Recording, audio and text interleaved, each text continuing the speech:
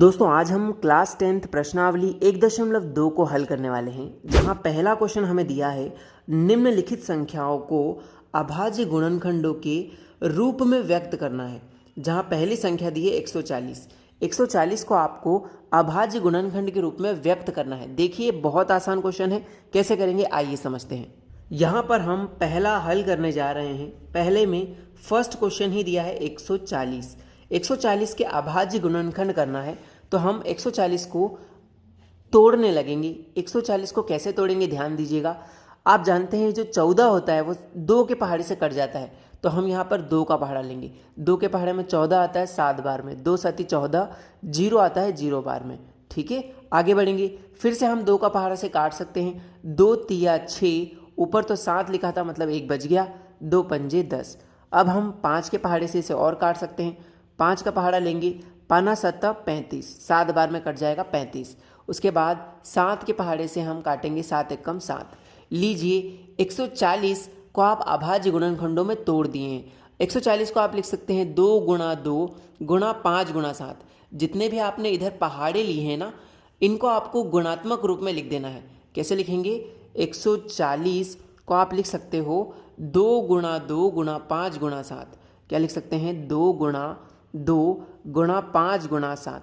आप इसे और अच्छे से सुव्यवस्थित कर दीजिए। कैसे करेंगे? जो भी जितनी बार आया है उसकी उतनी पावर लगा देंगे। देखिए 1 और 2 बार आया है, कितना 2, तो 2 की पावर 2। यहाँ 5 जो है वो एक ही बार आया है, तो हम लिख देंगे 5 की घात 1, 5 की पावर 1। 7 जो है वो भी एक ही बार आया है, तो 7 की पावर भी 1 लगा देंगे। और यही आपका दोस्तों आंसर हो जाएगा। यही अभाज्य गुणनखंडों के रूप में 140 को आपने तोड़ दिया है और इस रूप में वो आ गया है। उम्मीद करते हैं फर्स्ट क्वेश्चन आपको समझ में आ गया होगा। वीडियो पसंद आ रहा हो अभी से एक थम्स अप कर दीजिए, लाइक कर दीजिए। दूसरा सवाल यहाँ दिया है 156। अब आपको 156 को जो है अभाज्य गुणनखंडों में तोड़ देना है। 156 को आपको तोड़ना है, तो 156 को आप तोड़ने लगिए, यानी इसको एलसीएम वाले रूप में लिख दीजिए। इसमें आप इसको बंद कर दीजिए। अब आप 156 को तोड़िए। 2 के पहाड़े से ये कट जाएगा, क्योंकि पीछे जो है ना 6 लिखा हुआ है। 6 जो है वो 2 से कट जाता है, मतलब ये पूरा नंबर 2 से कटेगा, तो हम 2 का पहाड़ा लेते हैं। 2 के पहाड़े में 1 नहीं आता, तो हम इसे बढ़ा लेंगे, 15 हो गया। 2 7 14, ऊपर 15 लिखा था तो 1 बच गया। ये हो गया 1 पे 6 16, 2 8 16। अब आप फिर से 2 का पहाड़ा ले सकते हैं। 2 तिया 6, ऊपर लिखा है 7, यानी कि 1 बच गया है कहीं ना कहीं। आपने 2 तिया 6 किया ना, ऊपर 7 बचा है तो 1 बच गया, कैरी चला गया यहाँ पर। 1 पे 8 18 होता है, तो 2 9 18, 9 बार में 18 भी कट जाएगा। अब 39 13 के पहाड़े में आता है, तो 13 का पहाड़ा ले लीजिए। 13 तिया 39। अब आप 3 का पहाड़ा ले लीजिए, 3 एकम 3। लीजिए आपने 156 को अभाज्य गुणनखंड के रूप में तोड़ा है। कैसे तोड़ा है? ये जितने भी आपने यहाँ टेबल लिए हैं, पहाड़े लिए हैं, आप उनको गुणात्मक रूप से लिख दीजिए, यानी 2 गुणा 2 गुणा 13 गुणा 3। आप 156 को क्या लिख सकते हैं? आप 156 को लिख सकते हैं 2 गुणा 2 गुणा 13 गुणा 3, 2 गुणा 2 गुणा 13 गुणा 3, और यही आपका अभाज्य गुणनखंड हो जाएगा। पहले आप ध्यान दीजिए कि जो नंबर 2 बार लिखा है उसकी पावर 2 लिख दीजिए। तो ये 2 गुणा 2, ये जो 2 है ये 2 बार लिखा है, तो इसकी पावर हम 2 लगा देते हैं। अब देखेंगे कि 13 कितनी बार लिखा है। 13 जो है वो एक ही बार लिखा है, तो 13 की पावर 1, यानी 1 बार लिखा है ये, तो 13 की घात 1। 3 जो है वो भी एक ही बार लिखा है गुणा में, तो 3 की घात 1, और यही आपका आंसर आ गया। यह आपने 156 को अभाज्य गुणनखंडों में तोड़ दिया है। उम्मीद करता हूँ यहाँ तक भी आपको समझ में आ गया होगा। अब बढ़ते हैं थर्ड नंबर के सवाल की ओर, जो कि दिया है आपका 3825। इसको आपको अभाज्य गुणनखंड के रूप में तोड़ देना है, व्यक्त करना है। वैसे चैनल पे आप लोग नए हो तो सब्सक्राइब कर लो यार, क्योंकि ऐसे ही 10th के वीडियोस यहाँ मिलते रहते हैं। और वीडियोस देखने डिस्क्रिप्शन एक बार चेक कर लो, पूरे प्लेलिस्ट आपको मिल जाएंगे डिस्क्रिप्शन में। चलिए इस सवाल को सॉल्व करते हैं। यहाँ पर जो थर्ड नंबर का सवाल है वो है 3825। आपको 3825 को भी जो है अभाज्य गुणनखंड करना है, तो इसे हम पहले यहाँ से लिख देंगे। अब हमें पीछे दिख रहा है 5 लिखा हुआ है, तो जाहिर सी बात है 5 के पहाड़े से आप काट सकते हैं। 5 के पहाड़े से काटेंगे, देखिए 5 से 3 तो नहीं कटेगा, इसे बढ़ा लेते हैं। ये हो गया 38। 5 के पहाड़े में 38 या उससे छोटा, तो 5 7 35, 5 7 35। अगर आप 8 बार लेंगे पाना 8 40 हो जाएगा, जो कि 38 से बहुत ज़्यादा हो जाएगा। तो हम केवल 7 बार ही पहाड़ा पढ़ेंगे। पाना 7 35, लेकिन यहाँ तो 38 लिखा है, तो यहाँ पर 3 कहीं ना कहीं बच गए, ये हो गया है 32। 5 छंग 30, यहाँ पर 32 है, फिर से 2 बच गया, और ये 5 25, पूरा का पूरा कट गया है। आगे फिर से पीछे 5 लिखा है, तो हम 5 के ही पहाड़े से काटेंगे। 5 एकम 5, ऊपर तो 7 लिखा है, आपने 5 एकम 5 किया तो यहाँ पर 2 बच गए, क्योंकि ऊपर 7 लिखा था। ठीक है, 5 एकम 5, लेकिन ऊपर तो 2 ज़्यादा है, 7 है, तो वो 2 यहाँ पर कैरी चला गया, ये हो गया 26। 5 25, यहाँ पर 26 थे तो फिर 1 बच गया जो आगे चला गया, वो हो गया 15। 5 तिया 15। अब 153 कहाँ आता है? अब जो 153 है इसको आप ध्यान से देखेंगे तो ये 3 से कट जाएगा, क्योंकि 3 के पहाड़े में 15 भी कट जाएगा, और ये पीछे का जो अंक है ना 3, ये भी कट जाएगा। इन्हें हमें दिख गया कि 3 के पहाड़े में 15 और 3 दोनों आते हैं, तो ये 153 पूरा 3 के पहाड़े से कट जा रहा है। 3 पंजे 15 और 3 एकम 3, यहाँ पर ये 51 आ गया काटने पे। अब 51 कैसे कटेगा दोस्तों? 51 भी जो है ना 3 के पहाड़े से कट जाएगा। क्यों कटेगा? देखिए, जब भी आप कोई नंबर को 3 से काटते हो तो 51 में लिखा है 5 और 1, 5 और 1 को जोड़ने पे हो रहा है 6। तो अगर अंकों का योग करने पे जो 6 है वो 3 से कट जा रहा है, तो ये पूरा नंबर भी कट जाएगा। देखिए, 3 का पहाड़ा आप ले सकते हैं, क्योंकि 5 और 1 होता है 6, 6 अगर 3 से कट रहा है तो ये 51 भी कट जाएगा। देखिए कैसे, यहाँ पर 3 लिखा है, यहाँ लिखा है 5, तो 3 के पहाड़े में 5 या 5 से छोटा कितनी बार में आता है? तो 3 एकम 3, 3 एकम 3 ही करेंगे, क्योंकि 3 दूनी 6 करेंगे तो वो 5 से ज़्यादा हो जाएगा, तो हम करेंगे 3 एकम 3, लेकिन वहाँ लिखा है 5, तो यहाँ पे 2 बच गए, ये हो गया 2 पे 1 21, 3 7 21। लीजिए दोस्तों, कट गया ना, 17 बार में पूरा का पूरा 51 कट गया है। चलिए आगे, अब 17 जो है 17 से ही कटेगा, 17 एकम 17। तो यहाँ पर लीजिए, आपके अभाज्य गुणनखंड आ गए हैं। 3825 के अभाज्य गुणनखंड है 5 गुणा 5, 3 गुणा 3 और 17। यहाँ पर आप लिख सकते हैं इसको 3825 को आप क्या लिख सकते हैं? देखिए, यहाँ पर 5 गुणा 5 गुणा 3 गुणा 3 क्या लिख सकते हैं?